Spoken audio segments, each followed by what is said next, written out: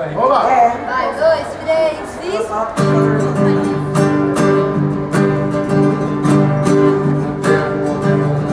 Ah, eu errei.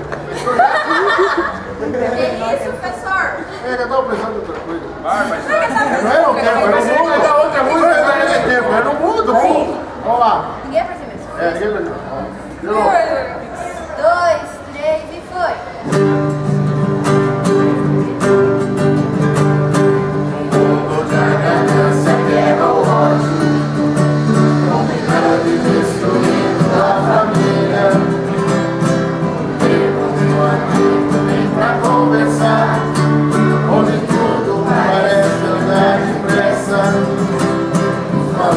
Estão sendo esquecidos, dando espaço para todo tipo de maldade.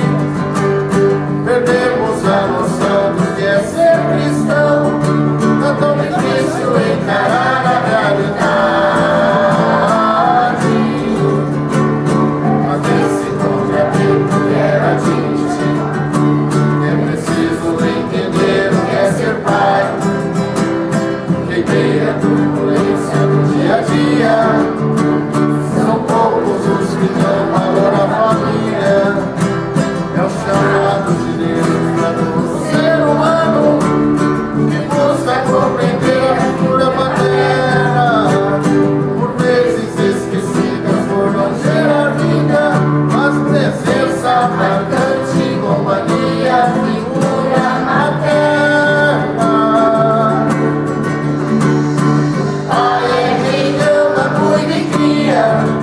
Na saúde, na doença, na tristeza e na alegria. Pai de todo dia, Pai de coração. Pai é quem ama, cuida e cria. Na saúde, na doença, na tristeza e na alegria. Pai de todo dia, Pai de coração. Existiria sem a tua vocação de pai. No mundo onde a ganância, a guerra, o ódio, dominando e destruindo a família, no tempo onde uma mãe vem pra conversar, onde tudo parece andar depressa, os valores estão sendo esquecidos, dando espaço para todo tipo de maldade. Perdemos a noção do que é ser cristão.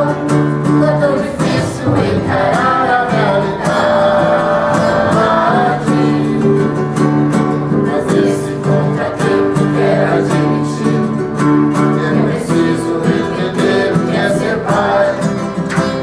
Que meio a turbulência no dia a dia, são poucos os que dão valor à família.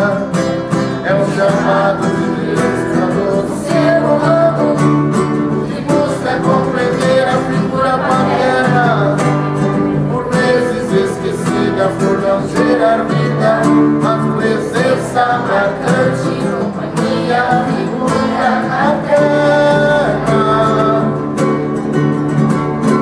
Pai é quem ama, cuida e cria.